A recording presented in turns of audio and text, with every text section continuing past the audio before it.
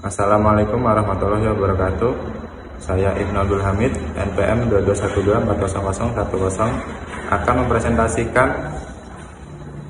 materi tentang perkembangan fisik dan kognitif di masa kanak-kanak pertengahan. Jadi, di masa ini anak-anak akan mengalami perkembangan fisik, yaitu satu, pertumbuhan badan.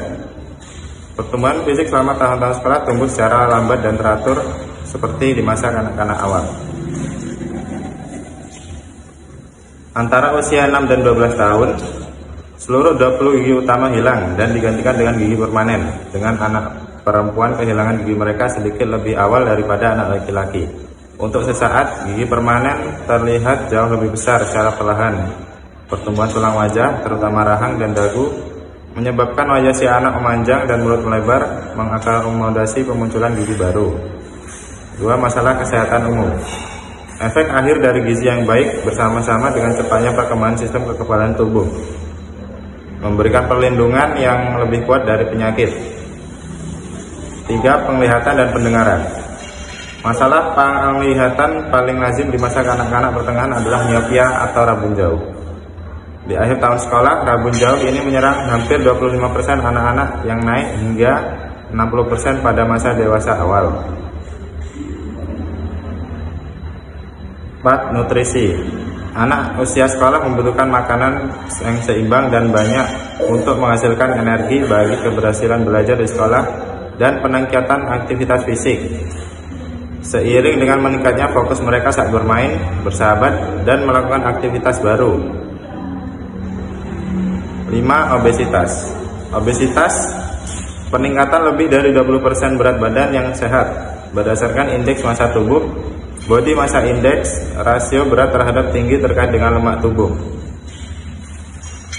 Obesitas meningkat bersama usia dari 24% di kalangan anak-anak prasekolah. Lebih dari 80% penderita anak-anak tumbuh menjadi orang dewasa kegemukan. Selain gangguan emosional dan sosial yang serius, anak kegemukan berisiko mengalami masalah kesehatan seumur hidup.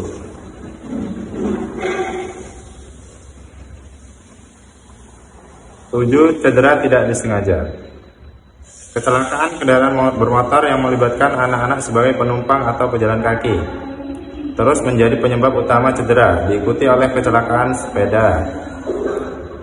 Cedera pejalan kaki paling sering terjadi akibat kecelakaan sepeda yang mengabaikan peraturan dan rambu lalu lintas.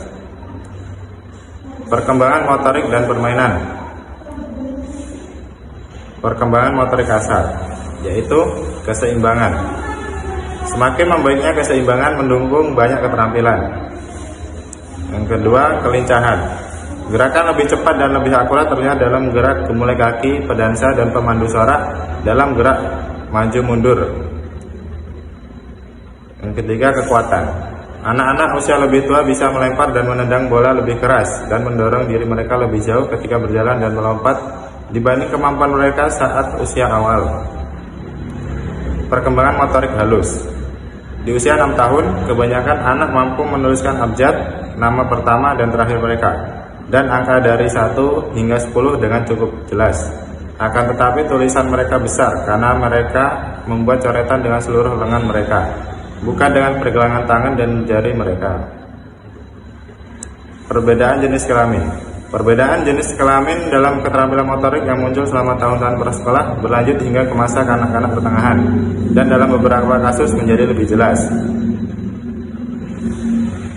Kelebihan genetis anak laki-laki usia sekolah dari sisi besaran otot tidak cukup besar untuk bisa memberikan pada mereka keunggulan motorik kasar.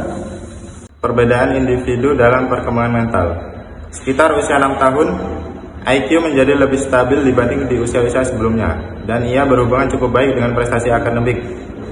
Anak-anak dengan IQ lebih tinggi besar kemungkinan ketika mereka tumbuh mencapai tingkat pendidikan yang lebih tinggi dan memegang pekerjaan yang lebih prestisius. Tes-tes kecerdasan yang diberikan dari waktu ke waktu di kelas-kelas adalah tes kelompok. Tes ini memungkinkan banyak siswa untuk mengikuti tes sekaligus dan berguna bagi perencanaan pengajaran dan identifikasi anak-anak yang memerlukan evaluasi lebih komprehensif melalui tes individual.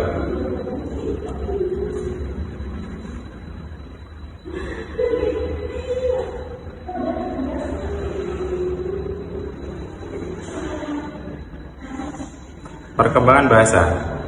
Kosakata, tata bahasa, dan penggunaan bahasa terus berkembang selama usia kanak-kanak pertengahan, sekalipun kurang jelas dibanding pada usia-usia sebelumnya.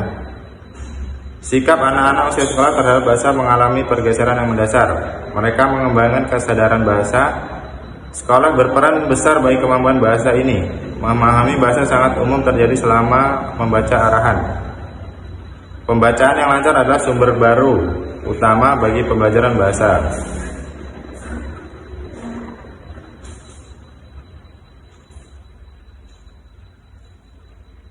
Baik, itulah presentasi dari saya.